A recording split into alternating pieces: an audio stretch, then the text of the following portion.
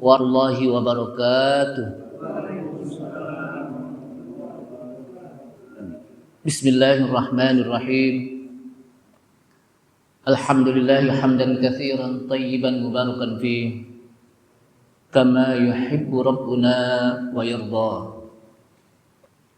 Asyhadu an la ilaha illallah wahdahu la syarika lah wa la na'budu illa iyyah.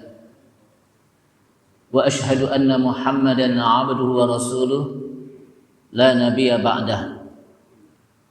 Allahumma salli wa sallim ala nabiyyinal karim Sayyidina Muhammad ibn Abdullah wa ala alihi wa sahbihi wa tabi'ihim wa man tabi'ahum bi ihsanin ila yaumil qiyamah.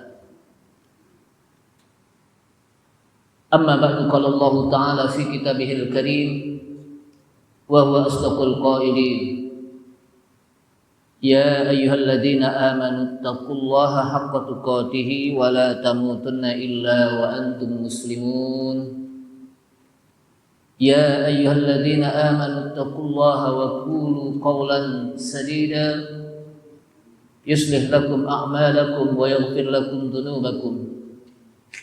Wa may yuti'illaha wa rasulahu faqad faza fawzan 'azima. Wa qala Rasulullah sallallahu alaihi wasallam fa inna asdaqal hadits kitabullah ta'ala wa khairal huda huda Muhammadin sallallahu alaihi wasallam wa syarrul umuri muhdatsatuha wa kullu muhdatsatin bid'ah wa kullu bid'atin dhalalah wa kullu dhalalatin finnar. Ma'asyiral muslimin rahimani Allah rahimakum, hadirin jamaah Masjid Al-Furqan yang mudah-mudahan dirahmati Allah Subhanahu wa taala. Kita awali dengan memanjatkan puji syukur kita pada Allah Subhanahu wa taala yang telah memberikan taufik serta hidayahnya kepada kita sekalian, sehingga dengan taufik dan hidayahnya maka kita sama-sama bisa menghadiri satu kajian Al-Quran dalam kitab tafsir Ibnu Katsir, yang mudah-mudahan dengan kita mempelajari Al-Quran maka Al-Quran di akhirat akan bisa memberikan syafaat kepada kita atas izin Allah Subhanahu wa taala. Shalawat serta salam tak lupa kita sampaikan kepada Nabi kita Nabi Muhammad sallallahu alaihi wasallam beserta para keluarganya, para sahabatnya, para pengikutnya yang senantiasa istiqamah di dalam menjalankan sunnah-sunnahnya. Ma'asyiral muslimin, a'azzani Allah wa iyyakum, kaum muslimin yang mudah-mudahan dimuliakan Allah Subhanahu wa taala. Kita masuk pada surat Al-An'am ayat yang ke-140 ya.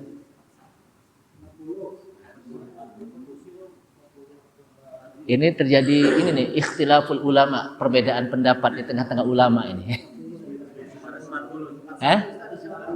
140 ya, betul ya?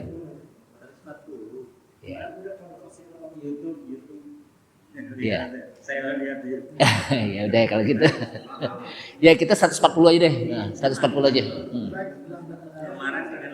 Iya.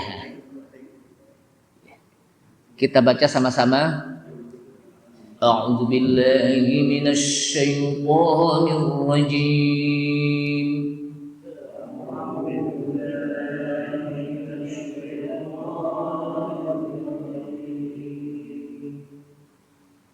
Bismillahirrahmanirrahim.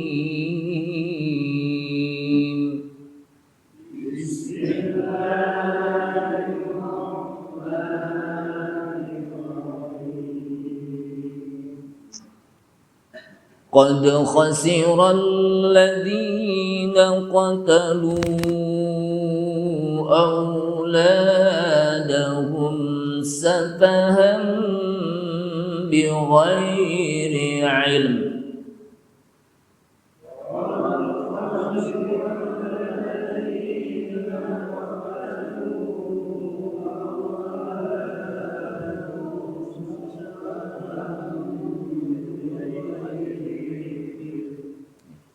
bighairi ilm.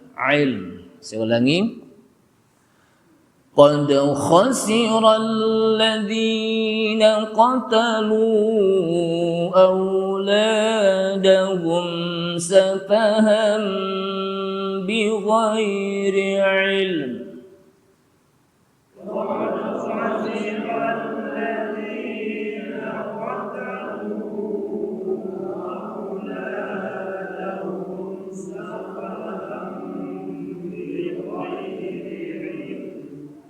Ada tanda wakaf situ? Enggak. Kalau gitu kita ulang. Safaham bi ghairi ilmin wa harramu ma razaqahumullah.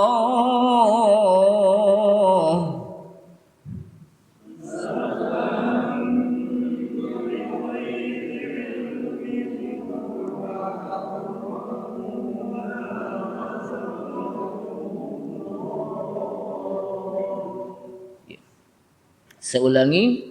Safaham bighairi ilmin wa harramu ma razaqahumullah.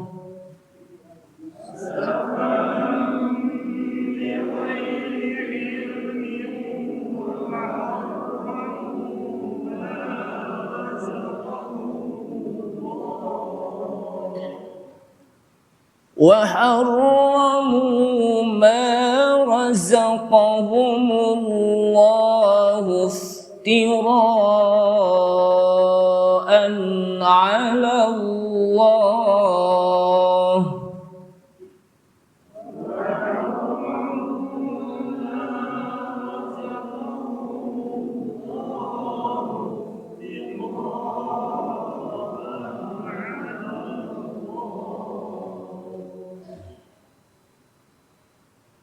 وحرموا ما رزقهم الله افتراء على الله.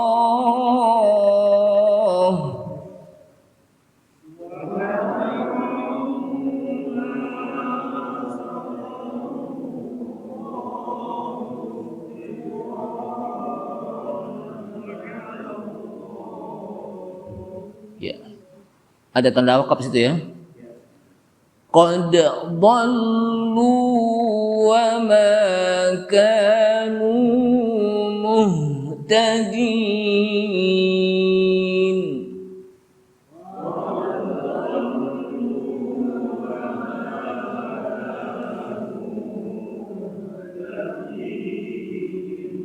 Ya. Saya ulang kembali sebelum saya jelaskan dalam kitab tafsir ini dan tanpa diikuti. Kita satu ayat saja. A'udzu billahi minasy syaithanir rajim. Bismillahirrahmanirrahim.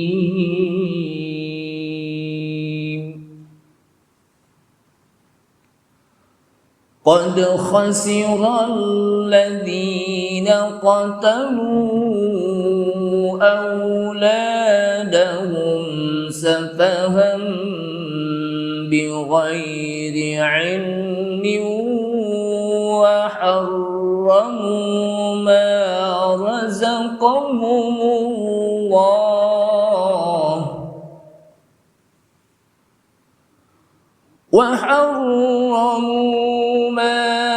رزقهم الله افتراء على الله.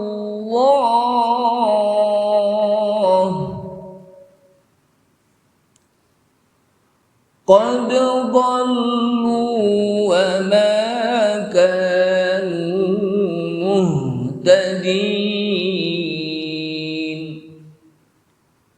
قد خسر الذين قتلوا أولادهم. Sungguh khasiral ladzina qatalu. rugi orang-orang yang telah membunuh auladahum, anak-anak laki mereka, safahan, karena bodoh, bi ghairi ilmin, tanpa ilmu, wa harramu ma razaqahumullah, dan mereka telah mengharamkan ma razaqahumullah, apa yang Allah berikan rezeki kepada mereka, iftira'an 'ala Allah, karena mengada-ngada, iftira, mengada-ngada, 'ala Allah, atas nama Allah. Qad dhallu, sungguh mereka sesat, wa ma kanu muhtadin, wa ma kanu, dan tidaklah mereka muhtadin, mendapatkan petunjuk.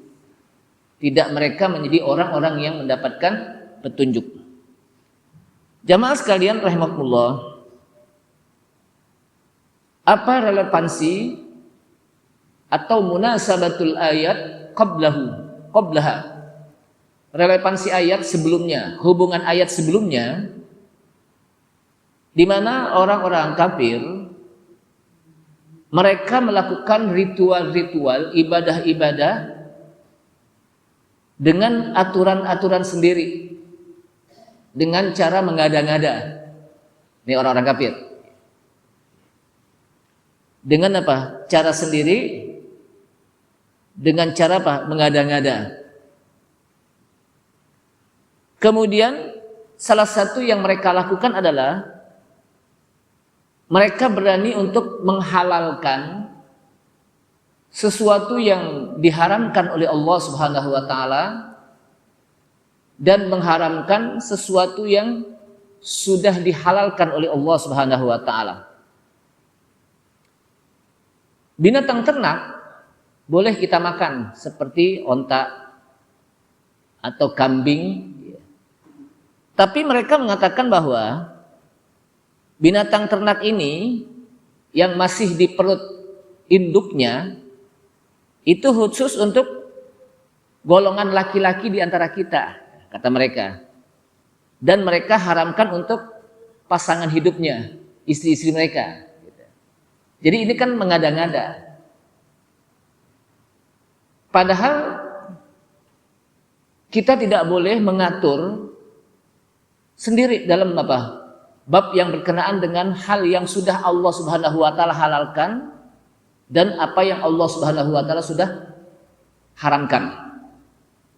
Makanya Allah Subhanahu wa taala menjelaskan dalam ayat apa?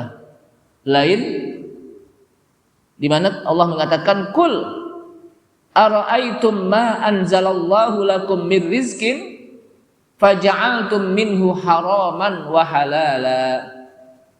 Kul, katakan hai Muhammad, ara'aitum, bagaimana pendapat kalian, ma anzalallahu lakum, apa yang Allah turunkan untuk kalian, mir rizkin, berupa rizki, faja'altu minhu haraman wa halala, lalu kalian jadikan dari rizki tersebut haraman wa halala, ini ada yang haram dan ini ada yang halal, dibikin sendiri. Makanya Allah SWT pertanyakan, kul Allahu adzina lakum am 'alallahi taftarun. Katakan hai Muhammad, Allahu, apakah Allah yang mengizinkan untuk kalian untuk menyatakan bahwa ini halal dan haram, atau mereka? Am 'alallahi taftarun, atau atas nama Allah mereka mengada-ngada, berbohong, berdusta. Jadi artinya yang berhak untuk membuat syariat yang berkenaan dengan halal dan haram itulah Allah Subhanahu wa taala. Jadi apa? Yang membuat halal haram itulah Allah Subhanahu wa taala. Jamaah sekalian, maka Allah SWT mengatakan laqad khasiral ladzina qatalu auladahum. Nah, di dalam ayat yang kita baca tadi menjelaskan bagaimana mereka berani untuk membunuh anak-anak mereka yang laki-laki. Safahan bi ghairi ilmin, karena kebodohan yang tanpa ilmu. Jadi karena kebodohan apa? Yang tanpa ilmu. Kita lihat di zaman Nabi Musa, karena Fir'aun takut kerajaannya runtuh, maka anak laki-laki mereka apa? Dibunuh dan membiarkan anak perempuan. Sedangkan di zaman Nabi kita, Nabi Muhammad SAW, orang-orang kafir Quraisy mereka berani membunuh anak-anak perempuan dan membiarkan anak laki-lakinya. Kalau di zaman Nabi Musa, tujuannya karena Fir'aun khawatir kalau ada yang lahir dari anak laki-laki itu akan bisa menghancurkan kerajaannya. Maka setiap anak laki-laki apa? Ketika lahir dibunuh. Allah Subhanahu wa taala selamatkan Nabi Musa. Bahkan Nabi Musa pun dipelihara oleh Fir'aun dengan istrinya. Kemudian di zaman Nabi kita, Nabi Muhammad SAW, sebelum dilahirkan, maka anak-anak perempuan itu dibunuh ketika mereka lahir anak perempuan. Kenapa? Karena takut aib. Jadi mereka malu kalau punya anak apa? Perempuan. Padahal dalam Islam, anak laki, anak perempuan itu adalah pemberian Allah Subhanahu wa taala yang wajib kita jaga. Karena anak itu apa? Pemberian Allah Subhanahu wa taala yang tidak boleh kita membunuhnya. Maka di sini sungguh rugi orang-orang yang telah berani membunuh anak-anak mereka yang laki, safahan bi ghairi ilmin, karena kebodohan mereka. Kata-kata safah, bodoh. Sama dengan jahil. Jahil juga apa? Bodoh. Sayaqulus sufaha, berkatalah orang-orang yang bodoh. Ai juhala. Dan mereka mengharamkan apa yang Allah berikan kepada mereka berupa rezeki. Padahal Allah Subhanahu wa taala sudah apa? Halalkan, tapi mereka berani mengharamkan. Iftira'an Allah, dengan alasan ini mengada-ngada atas nama Allah. Jadi mengada-ngada atas nama Allah. Qad dhallu, sungguh mereka sesat, kata Allah SWT. Wa ma kanu muhtadin, dan tidaklah mereka menjadi orang-orang yang mendapatkan petunjuk. Jamaah sekalian, qad khasiral ladzina fa'alu, sungguh rugi orang-orang yang melakukan perbuatan ini baik di dunia maupun di akhirat. Jadi kerugiannya, kata Pak Ibnu Katsir, bukan hanya sekedar di akhirat tapi juga di dunia. Amma fid dunya fa khasiru auladahum biqatlihim. Adapun di dunia, maka mereka rugi dengan sebab mereka membunuh anak-anak mereka, sehingga mereka tidak punya anak. Sehingga apa? Mereka tidak punya anak apa? Laki-laki, rugi. Dan pada akhirnya mereka juga nggak punya apa? Keturunan. Kenapa? Anak laki-lakinya apa? Dibunuh. Kemudian mereka faharramu asya'a, dan mereka mengharamkan sesuatu yang Allah Subhanahu wa taala halalkan. Dan itu juga rugi, padahal udah apa? Halal mereka haramkan gitu. Wa amma fil akhirati fayasiruna ila aswa'il manazil. Adapun nanti di akhirat, maka jadilah mereka akan menempati tempat yang Allah Subhanahu wa taala sediakan berupa siksanya.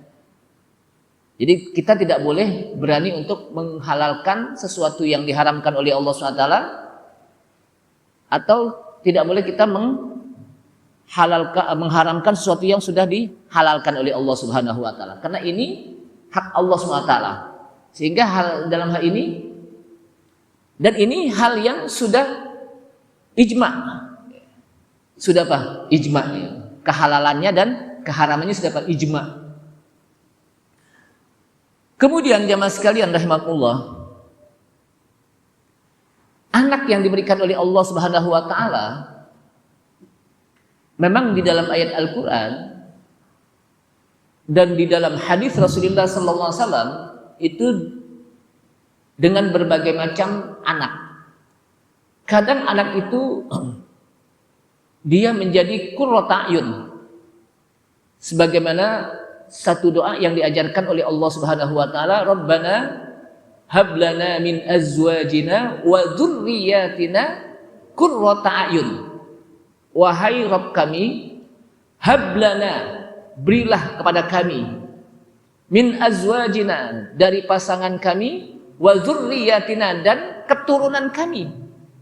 Bukan hanya sekedar anak tapi keturunan. Kalau yang disebut keturunan itu ya sampai pada cucu, buyut, terus sampai hari kiamat, itu keturunan. Kalau anak cuman cucu kita doang gitu, anak kita doang, beda dengan apa cucu. Jadi kalau keturunan itu cucu kita termasuk dzurriyah, maka kita minta dzurriyah, keturunan kita. Sebagai apa? Qurrata a'yun, sejuk kita memandangnya. Waj'alna lil muttaqina imama, dan jadikanlah kami menjadi pemimpin bagi orang-orang yang bertakwa. Jadi artinya kita minta agar pemimpin kita menjadi pemimpin-pemimpin yang bertakwa. Dan yang dipimpin pun bertakwa, dan yang memimpin pun bertakwa.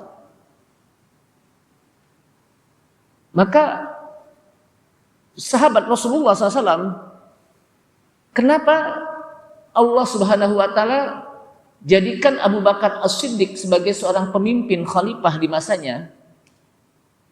Karena orang yang memilih Abu Bakar As-Siddiq adalah orang-orang yang bertakwa. Sehingga mereka memilih pemimpin juga orang yang bertakwa.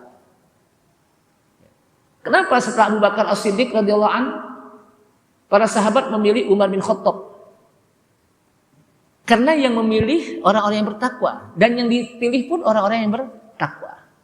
Jadi kalau kita ingin mendapatkan pemimpin yang bertakwa, maka kita pun harus bertakwa. Waj'alna lil muttaqina imama. Kenapa? Karena pemimpin itu cerminan rakyat. Siapa yang milih? Oh rakyat, oh rakyatnya begitu, maka pemimpinnya begini gitu. Jadi apa? Oleh karena itulah jamaah sekalian rahimakumullah, penting sebuah kepemimpinan. Kenapa? Karena baik dan buruknya satu bangsa itu dilihat bagaimana pemimpinnya. Maka kata Imam Ahmad bin Hanbal, kalau ada satu doa yang doa ini dikabulkan oleh Allah Subhanahu wa taala, saya akan mendoakan pemimpin kami, bukan untuk diri saya. Kenapa? Kalau doa untuk diri saya dan dikabulkan, itu kebaikannya untuk diri sendiri. Tapi kalau untuk pemimpin, kita doakan pemimpin, maka kebaikan pemimpin itu untuk orang banyak, bukan untuk diri sendiri, tapi apa? Juga untuk orang banyak. Jadi yang pertama adalah anak itu sebagai qurrata a'yun. Kadang disebutkan oleh Allah Subhanahu wa taala anak itu sebagai fitnah. Innama i'lamu annama amwalukum wa auladukum fitnah.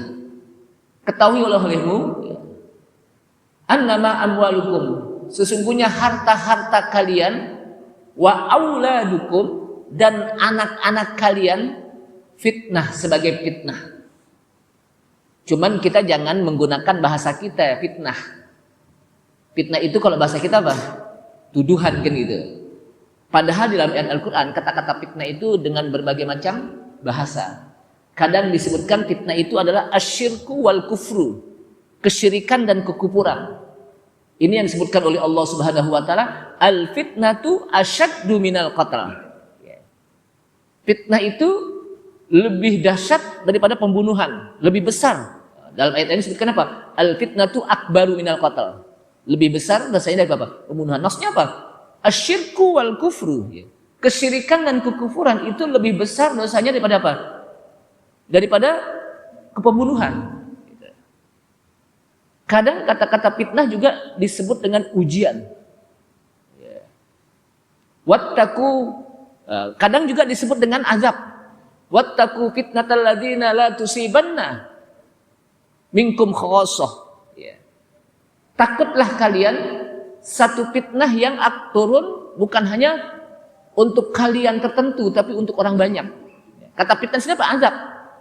Jadi azab yang Allah Subhanahu wa taala turunkan itu bukan hanya satu orang kadang, untuk semuanya. Walaupun di situ ada orang yang apa? Berbuat baik.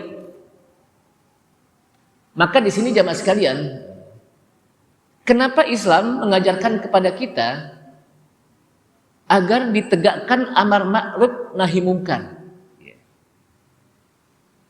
Karena disebutkan ketika tidak ditegakkannya amar ma'ruf nahi munkar, al-amru bil ma'ruf wan nahyu anil munkar. Jadi kata-kata amar ma'ruf nahi munkar ini udah jadi bahasa kita nih. Tapi kadang ada orang mau pakai bahasa ini nggak bisa, belibet-libet itu bunyinya. Kenapa? Karena nggak biasa gitu. Ya. Kalau dalam bahasa apa? Al-Quran al-amru bil ma'ruf wan nahyu anil munkar. Kemudian bahasa itu dipenggal amar ma'ruf nahi munkar gitu ya. Jadi ketika tidak ditegakkannya amar ma'ruf nahi munkar, maka di sana akan turun azab Allah Subhanahu wa taala. Dan ketika turun azab Allah, maka Allah turunkan bukan hanya khusus untuk satu orang saja yang melakukan apa? Perbuatan munkar, tapi semuanya. Tapi apa? Semuanya kena. Dan itu kita khawatir, makanya hendaknya seseorang itu menegakkan amar ma'ruf nahi munkar. Kenapa? Karena tegaknya Islam, tegaknya sebuah negara disebabkan karena tegaknya amar ma'ruf nahi munkar. Coba ada satu negara kalau kemaksiatan dibiarkan, kemungkaran dibiarkan, maka akan muncul satu azab. Hancur bangsa tersebut hancur. Kenapa? Karena orang udah membabi buta untuk melakukan apa? Dosa. Pokoknya pembunuhan dibiarkan, lalu kejahatan dibiarkan. Itu kan amar ma'ruf nahi munkar. Jadi harus apa? Ada amar ma'ruf nahi munkar. Jadi i'lamu annama amwalukum wa auladukum fitnah. Ketahuilah, sesungguhnya harta kalian dan anak-anak kalian itu menjadi fitnah. Nah, fitnah di sini adalah apa? Ujian. Karena memang kadang anak itu menjadi ujian dalam kehidupan kita. Kemudian kadang Allah Subhanahu wa taala menyebutkan anak itu hanya sebatas perhiasan dalam kehidupan rumah tangga. Zuyyina lin-nasi hubbus syahawati minan nisa'i wal banin. Telah dihiasi untuk manusia hubbus syahawat, di mana manusia itu sangat suka terhadap apa? Syahwat. Berupa apa? Minan nisa. Minan nisa itu apa? Wanita. Jatuhnya para pemimpin karena wanita. Tapi orang bisa karirnya tegak, bisa karirnya meningkat, itu juga karena apa? Wanita, istri. Zuyyina lin-nasi hubbus syahawat minan nisa'i wal banin. Dan juga banin, anak-anak. Hanya sebatas perhiasan, hiasan rumah tangga. Kalau ditanya bagaimana anak-anak? Oh, anak saya pangkatnya tinggi di kantor. Oh, dia sudah masuk kerja. Oh, dia sudah apa? Usahanya sudah apa? Maju. Hanya sebatas itu.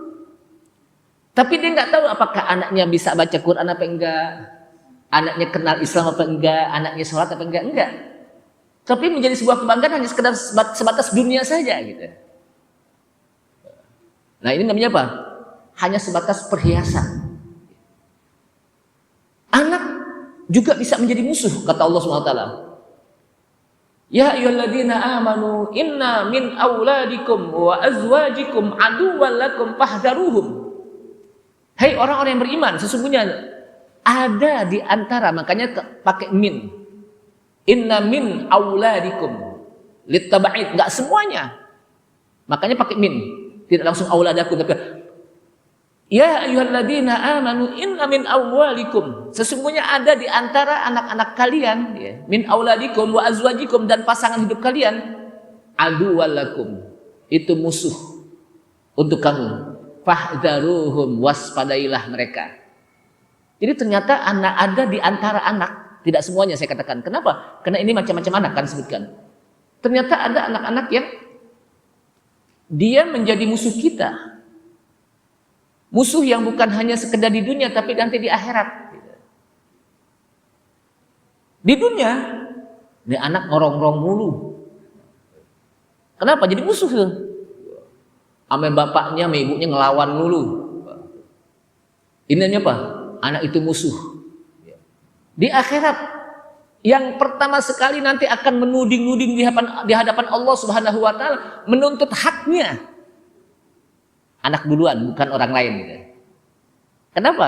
Karena anak itu yang terdekat dengan orang tua. Maka anak itu bisa menjadi apa? Musuh. Dan disebutkan lagi, anak juga akan bisa menjadi pahala yang terus mengalir. Itulah yang disebutkan oleh Rasulullah SAW.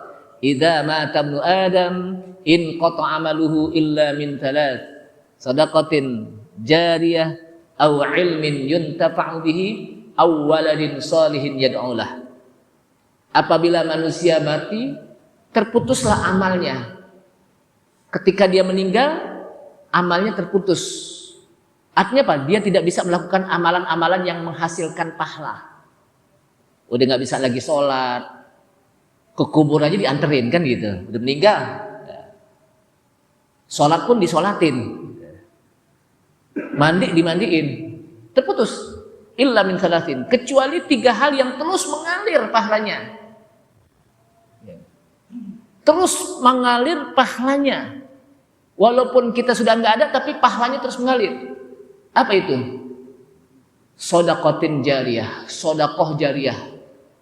Kita punya duit, kita sedekahkan, kita infakkan, kita wakafkan. Itu akan terus mengalir pahalanya untuk kita walaupun kita udah gak ada.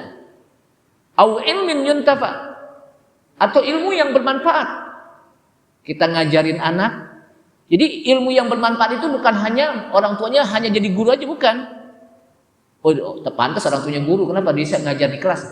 Kita juga bisa ngajarin anak di rumah. Sehingga apa yang kita ajarkan untuk anak ini, kita perintahkan sholat, kita perintahkan ngaji, itu termasuk ilmu yang bermanfaat. Jadi tidak harus jadi guru aja, jadi orang tua juga bisa mendapatkan ilmu yang bermanfaat ketika kita ajarkan anak-anak kita di rumah. Kemudian yang terakhir, awwaladin sholihin yad'ulah, atau anak soleh yang senantiasa mendoakan. Bayangkan, anak soleh yang senantiasa mendoakan kedua orang tuanya, maka anak ini akan terus mengalir pahala untuk orang tuanya. Anaknya dapat pahala, orang tuanya pun dapat pahala karena doa dari anak yang soleh. Nah, jamaah sekalian rahimakumullah. Kemudian Allah Subhanahu wa taala menyebutkan di dalam ayat lain, innal ladzina yaftaruna 'alallahil kadziba la yuflihun. Kata Allah, sesungguhnya orang-orang yang mengada-ngada atas nama Allah, dia berbohong, la yuflihun. Orang yang seperti ini enggak akan beruntung. Jadi kita tidak boleh mengatasnamakan nama Allah tapi berbohong. Kenapa? Karena itu kerjaan orang-orang munafik. Di dalam ayat Al-Quran, di mana di antara orang-orang munafik, Allah SWT menjelaskan, wa minan nasi may yu'jibuka qawluhum fil hayatid dunya wa yushhidullaha ala ma fi qalbihi wa huwa aladul khisam. Dan di antara manusia, may yu'jibuka qawluhum fil hayatid dunya, ada orang yang kalian terkagum-kagum dengan ucapannya. Ayat ini adalah ayat yang menjelaskan tentang orang munafik. Jadi ada di antara orang munafik, kalau dia berucap, kalau dia berngomong, itu orang akan terkagum-kagum. Orang akan benar-benar mendengarkan bagaimana ucapannya. Seperti orang itu dihipnotis dengan ucapannya itu. Terkagum-kagum. Dan wa yushhidullaha ala ma fi qalbihi. Dan orang seperti ini berani menyaksikan bahwa apa yang disampaikan itu atas nama Allah. Orang munafik. Padahal kata Allah SWT, wa huwa aladul khisam. Padahal orang tersebut adalah orang yang paling memusuhi kalian. Jadi, wa minan nasi may yu'jibuka qawluhu fil hayatid dunya wa yushhidullaha ala ma fi qalbihi wa huwa aladul khisam. Ini menjelaskan kepada kita, jangan kita melihat orang dari zahirnya saja, dari penampilan. Kalau penampilan orang, kita akan tertipu. Karena penampilan itu bisa berbohong. Kalau bahasa lain, kita ngelihat orang itu jangan ngelihat topengnya. Dia topengnya topeng apa nih? Topeng orang mulia, padahal dalam sisi lain justru apa? Dia tukang berbohong. Jadi jangan melihat penampilan orang. Kenapa? Karena penampilan itu bisa berbohong. Tapi lihatlah bagaimana akhlaknya, ilmunya, adabnya. Kalau bahasa kita, lihat jejak digital dia gimana gitu. Kalau penampilan, wah, kita bisa tertipu. Ada orang yang penampilannya luar biasa, kayak ustadz, pakai gamis, sorbannya juga mungkin lebih lebar dari kita. Pecinya juga luar biasa. Ternyata dia bukan ustadz dia. Ada yang begitu gitu. Ada orang yang hidup sederhana, biasa penampilannya, ternyata memang dia ustadz. Atau ulama. Jadi bukan penampilan yang kita lihat. Karena kalau penampilan itu akan bisa tertipu. Snook Hogran, tahu Snook Hogran itu ya? Dia adalah Orientalism. Dia orang Belanda. Dia itu pernah belajar Islam di Mekah, tapi ketahuan bahwa dia apa? Orang Orientalism. Namanya diganti dengan Abdul Ghaffar. Ketika dia mempelajari tentang Islam, dia tahu bagaimana kelemahan Islam. Maka dia berpenampilan dengan penampilan seorang ulama. Padahal dia apa? Orang orientalis. Maka dia tahu bagaimana kelemahan umat Islam. Muncullah apa yang dikenal dengan politik divider of empire. Apa? Islam itu akan lemah kalau dipecah-pecah. Maka dia pegang politik memecah belah umat. Kelompok ini muncul pada saat itu. Yang kedua, pada saat itu ada larangan untuk pergi ke Mekah. Di zaman dulu ya. Kenapa? Karena umat Islam kalau pergi ke Mekah, pulang-pulang dia membawa oleh-oleh ilmu. Kalau dulu. Kenapa? Karena ulama kita kalau pergi ke Mekah itu di samping mereka melaksanakan ibadah haji, tapi juga di sana mereka belajar dengan ulama-ulama Mekah. Sehingga mereka terbuka wawasan internasionalnya itu. Itu kalau dulu, kalau sekarang kan orang pulang haji oleh-olehnya apa? Wah, oleh-olehnya banyak-banyakan ya. Korma, air jam-jam gitu ya. Kalau dulu tuh. Karena memang pantas, karena orang-orang dulu apa? Kalau ke Mekah itu bukan sebulan apa, bukan 40 hari. Mereka ada yang apa, bertahun-tahun di sana. Bahkan keluarganya udah lupa kalau masih hidup apa enggak orang tua saya. Ternyata masih hidup. Kenapa? Karena mereka di sana belajar ilmu. Mereka belajar dengan masyayikh. Ketika mereka kembali ke Indonesia, terbuka wawasan mereka. Terbuka wawasan internasional.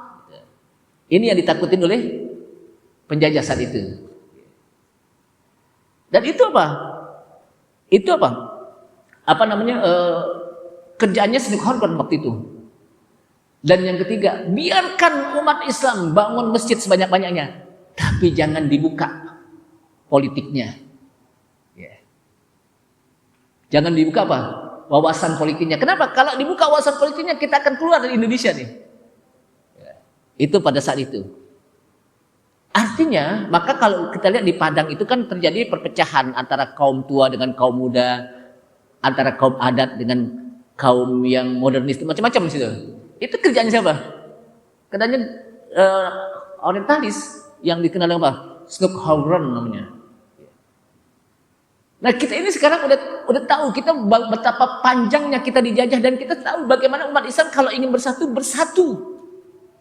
Jangan sampai dengan gara-gara yang kecil aja kita apa? Pecah. Ini kan kadang-kadang kita bingung nih. Bagaimana kita akan bersatu se-Indonesia? Jangan sedunia dulu ya, se-Indonesia. Jangankan untuk se-Indonesia, semasjid aja, satu masjid aja kita sulit untuk bersatu. Betul? Yang satu ingin begini, yang satu ingin begini, pecah kan itu. Yang satu mau begini, yang satu mau begini, pecah. Itu baru satu masjid. Bagaimana dengan sekelurahan? Bagaimana dengan se-DKI belum se-Indonesia nasional? Jadi makanya Allah SWT mengatakan wa'tasimu bihablillahi jami'an wala tafarraqu. Bersatu padulah kalian dengan berpegang kepada tali Allah. Apa itu hablillah? Ai bihablil bil Qur'ani was sunnah. Bersatu padulah kalian dengan berpegang kepada Al-Qur'an dan As-Sunnah. Karena dengan hanya Al-Qur'an dan As-Sunnah lah yang bisa menyatukan kita. Kalau sudah keluar dari Al-Qur'an Sunnah, kita akan berpecah belah umat Islam. Wallahu a'lam. Ini saja. Mudah-mudahan kita menjadi bangsa yang kuat, bangsa yang bersatu, bangsa yang dalam negeri yang kita minta selalu kepada Allah SWT. Rabbi ij'al hadza baladan amina. Ya Allah, jadikanlah negeri kami negeri yang aman. Rabbi ij'al hadza baladan aminan mutmainnah. Ya Allah, jadikanlah negeri kami negeri yang aman dan tenang, thayyibah, yang pada akhirnya kita menjadi negara yang baldatun thayyibatun wa rabbun ghafur, yang bisa menuju kepada surga Allah Subhanahu wa taala. Kita tutup alhamdulillah. Asyhadu an la ilaha illa anta astaghfiruka wa atubu ilaik. Wassalamualaikum warahmatullahi wabarakatuh.